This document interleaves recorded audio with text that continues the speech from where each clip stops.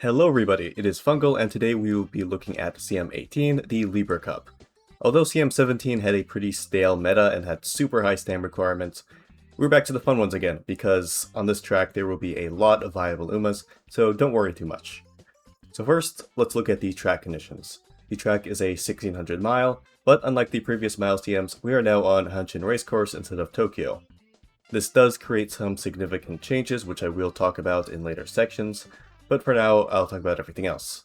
The ground is firm, the weather is cloudy, and the track is clockwise, so is right-handed, and the season is of course autumn right now, so Fall Runner is active.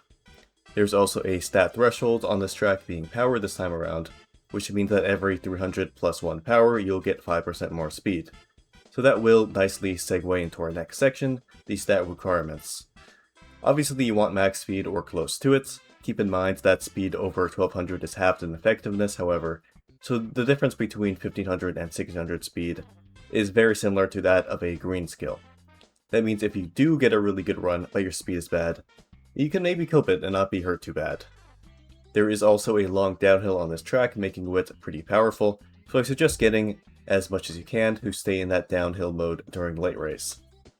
Power, again, you want as much as you can. You need at least 1000 in my opinion, but getting to level 1 is super good here for both that stat threshold and the fully charged effect. But again, it's not going to be the end of the world if you can't reach it, despite what some players may say. Guts is kind of irrelevant because Guts decks just aren't usable in this scenario. So we'll say 500 or more, which light to low should give you. You could get more, you could get less. Just get as much as you can. And I saved Stam for last because it is a bit more complicated. Because the downhill extends into the late race, this is another one of those tracks that is easy to survive. But since your Uma does not know she'll conserve Stam on the downhill, she does need a higher value in order to enter her last spurt. That value of stamina is about 550 for late surgers, end closers, and pace chasers, and for frontrunners, 620 is your safe zone. You can do a bit less for each role, but stam consumption is affected by a variety of effects, such as your wit, your guts, and your speed from skills, so going below these values can be pretty scary. I recommend a little bit more rather than a little bit less. I know getting stam itself has been very hard this scenario, but as long as you run a 9-star stam parent, you should get 550 to 600 stamina pretty naturally, so it won't be that bad. I've had a lot of success running half stam, half power sparks, and if I'm short on stam, I need just at most one blue skill to make up for that. So next up is the part of the video where I put up a tier list of the Umas I think are somewhat viable or interesting. But first, the elephant in the room. Or not quite an elephant, she's more like a fat whale. It is Christmas Ogre Cap. And what I really want to say is that despite me putting her the top of S tier, you should not be that scared of her as you were in the previous CMs, because she's just a lot more difficult to run than usual.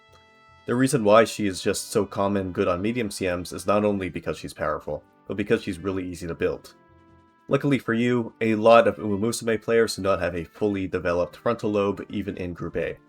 Now I'm just being mean, but in order to run and close your Ogre here, you need end sparks, you need the right recovery skills, the correct excel skills, and to just have a good build in general on top of that. And that is just something that I believe a lot of players either can't do or just don't want to do. It's just going to be 50,000 Taiki shuttles again, let's be completely honest with ourselves. So of course she's still going to be extremely powerful if you do build her well, but on a mild track the power level of all the other roles is going to be high enough to contest her at the very least.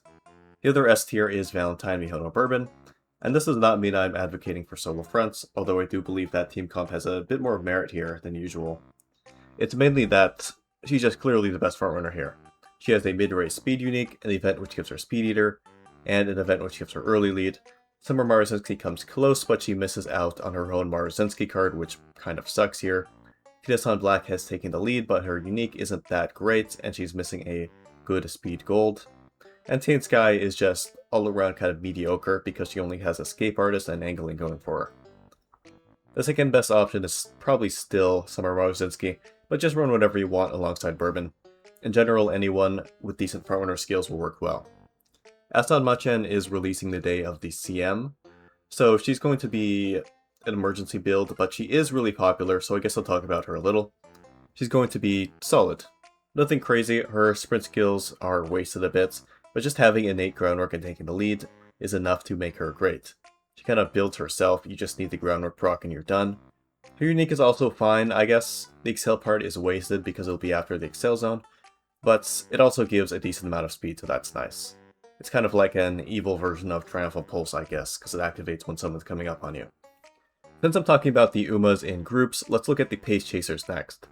As usual, Taiki and Nishino here because their uniques are the go-to pace excels, but I'm just really not a fan of those skills personally. 3-4 positioning to proc them is kind of annoying, but it's just personal preference. The thing is that this is one of those tracks which kind of really sucks for shooting for victory. The unique version on Taiki will get a few seconds of effectiveness, but if you inherit it, the unique will not last long enough, the duration is too quick, and it will end before the late race. That means that on all of the Umas other than regular Taiki Shuttle, they'll have to rely on Budding Blossom and other excels. So I do think that Pace Chasers are a little bit weaker than they usually are on mile tracks. Still, it kind of doesn't matter which Pace Chaser in particular you run, since they all have the same win con and builds no matter what. Next, you may notice that the highest rated backliners here, other than X-Ogre, are Original Ogre and Camping Measure Dober, and the reason for that is mainly that their uniques are both very good. Tri-Pulse is just great speed, and Ogre has an 8 Nimble Navigator, and Camping Dobers, wherever this wonder leads, is amazing carryover. These two also have 20% speed growth, which is important here since the best backliner excel is locked behind a power card, limiting deck building options. I'll talk a bit more about that later. Enclosers are in the same spots, but none of them right now can really match the growth and uniques of those two late chargers, which is why I rated them a little bit lower. Enclosers aren't bad by any means, and Gold Chip is still Gold Chip, but the 20 stam growth just kind of sucks here. So next up, let's look at the key skills for every running style. First off, we have frontrunners. Angling and scheming, as well as early race excel, are non-negotiable. They are your bread and butter. By early race excel, I do mean groundwork and taking the lead, but some players can succeed with forgoing the Bourbon Wits with taking the lead, just for stronger wit cards, and you'll just use early lead in its place. Just make sure you know what you're doing and get these skills and stats to compensate for that. Unrestrained also works on this track since it activates randomly in the final corner, but given how inconsistent it is, I highly recommend not running the Suzuka card just for this skill. You can buy the white version Final Push if you want, if you get that from a hint or something else, but in terms of speed cards, there are just way too many good options. Maruzinski is basically mandatory, Taiki Shuttle is a high priority borrow, and Kita-san Black gives curvature, which is amazing on this track. Speaking of curvature, if you do want to drop Kita in exchange for Suzuka or Agnes Tachyon or an SR speed card, you can still get it from Tokai Tail Wits. But I do understand that most players do not have all of these cards, so probably have to make concessions. So in my opinion, Maruzinski and Taiki are the most important speed cards to have, because they just give better hints than the others. Mid-race speed, like curvature, is just amazing and a plentiful amount thanks to the lesson system, so just get all of the skills like speeder, mile corners, shifting gears, no looking back, whatever you can find. Mad Dash, by the way, is extremely good, but only if you have enough stamina. It drains an absolute ton at around 70% of a gold recovery's worth of stam, so you need like 700 plus stam to hit your full spurt with that skill. The early race skills of concentration and dodging danger, prudent positioning, ignited wit combo are fine, but in my humble opinion, it's not really worth the skill points in this economy, just because in Track Blazer we could buy every skill on our list, but right now in Glen Concerts, it just gives us so many skills that buying all of them kind of feels impossible. We only have around 3k skill points to buy everything. And trading in about 2 white speed skills worth of skill points just for a slightly stronger early race doesn't feel very cost efficient for me, but maybe that's me. If you want to use these skills, go ahead, they're still good. Late race skills like Home Stretch and Eyes on the Goal are perfectly fine, but a little worse than their mid-race counterparts, just because the mid-race skills let you fight for angling better. So if you have a choice between, let's say, Shifting Gears and Home Stretch Haste, you'll want Shifting Gears. Here's an example of a frontrunner that I did for this video. I got pretty lucky with this run with the stats, but I used 8 power, 8 stam. I'll also put some more budget cards you can use on screen right now to replace some of the cards in my deck. I actually wasn't planning on bringing a frontrunner to this CM, but after this run I just might. This bourbon has pretty much everything you need. Next, onto Pace Chasers. As I've said, shooting for victory only really works on original Taiki because of the duration, so you're kind of stuck with Budding Blossom as your only inherited Excel. Head-on and neck and neck are your best other options here.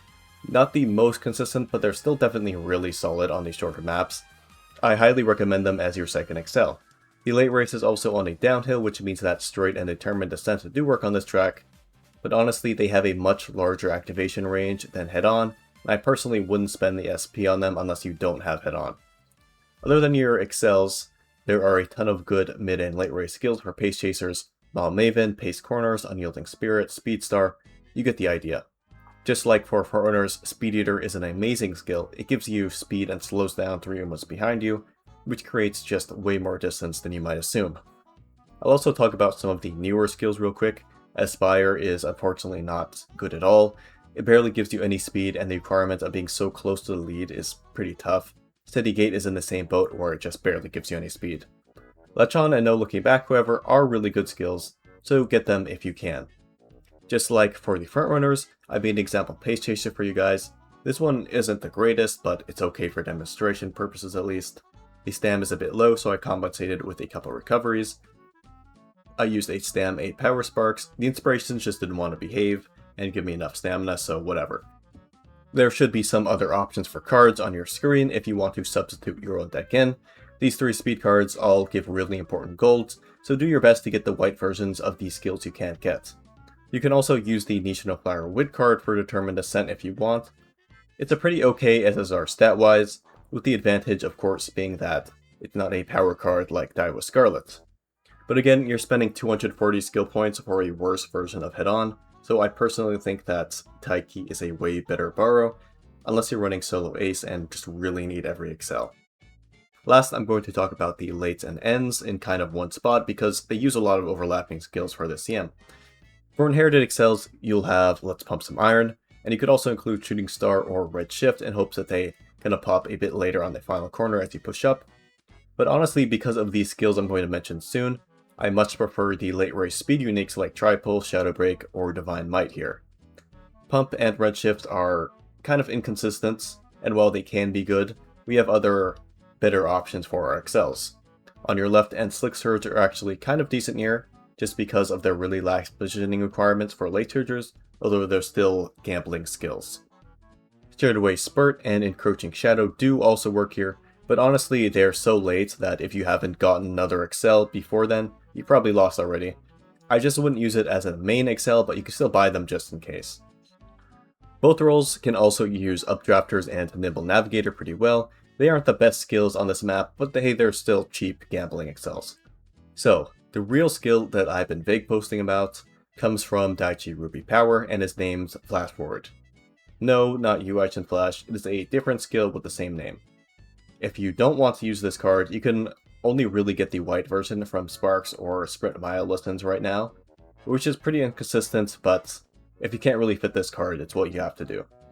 Since it requires an overtake target to pop, it works best with other backliners, so I do suggest running multiple late ends or just a debuffer or something, so that your Umas have someone to try to overtake and activate this skill on. For Christmas Ogre, your build is basically the same as the late ends.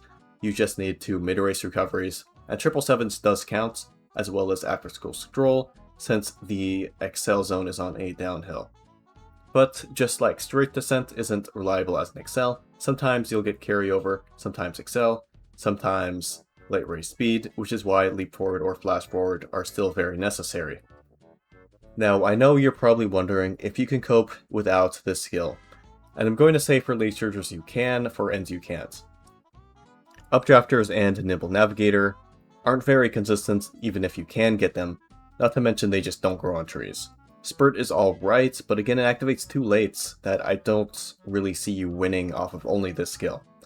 And gambling with Pump and Red Shift as an end just also doesn't seem like a great idea. If you cannot run Daiichi Ruby Power, please try to get Leap Forward from my lessons. Late surgers at least have Slick Surge and On Your Left, which is twice as consistent as Updrafters, and it's easier to proc Pump and Red Shift on them.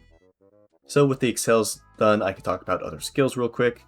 It's just the usual again, mid-race and late race skills are great, so Daring Strike, Mile Corners, Pumped, Outer Swell, whatever velocity and corner skills you can find, they're great, pick them up. And while I show you my example late and enclosure build on screen, I'll talk a bit about deck building. Nice Nature, on your left, is it worth a borrow? No, I personally don't really think so, just because you could go for Slick Surge anyway, and unless you have everything else, there's so many good cards to borrow that I doubt Nice Nature is justified, like Tokataya Wit, Daiichi Ruby Power. Those both have better gold skills than on your left, and they are just more important cards in general, just because Tokateo is stronger and Daiichi Ruby drops a stronger gold skill that is really, really important. And I know she's a power card, which sucks, but you can just replace a Wit Borrow with any old SR. Most of those are great. You'd also pull for Ruby Power to open up your borrow slot. I might drop a couple 10 pulls myself because you only really need 0 limit break. Yeah, I know it does get a skill point bonus and stuff at 1 limit break, but I really have bigger fish to fry than wasting 10k more carrots on some skill point bonus nonsense on a power card. Like, I'm not clicking the facility more than probably 3 times. So if you get this card at 0 limit break, you can just use it and borrow an actually good card, either a speed or a wit card. And again, if you're really struggling with your stats using this card, just try to get Leap Forward from the Maya lessons. It's a headache, but hey, at least you could get high rolls on your runs.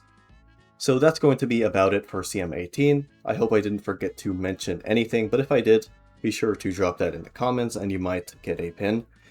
And see you all next time. Peace.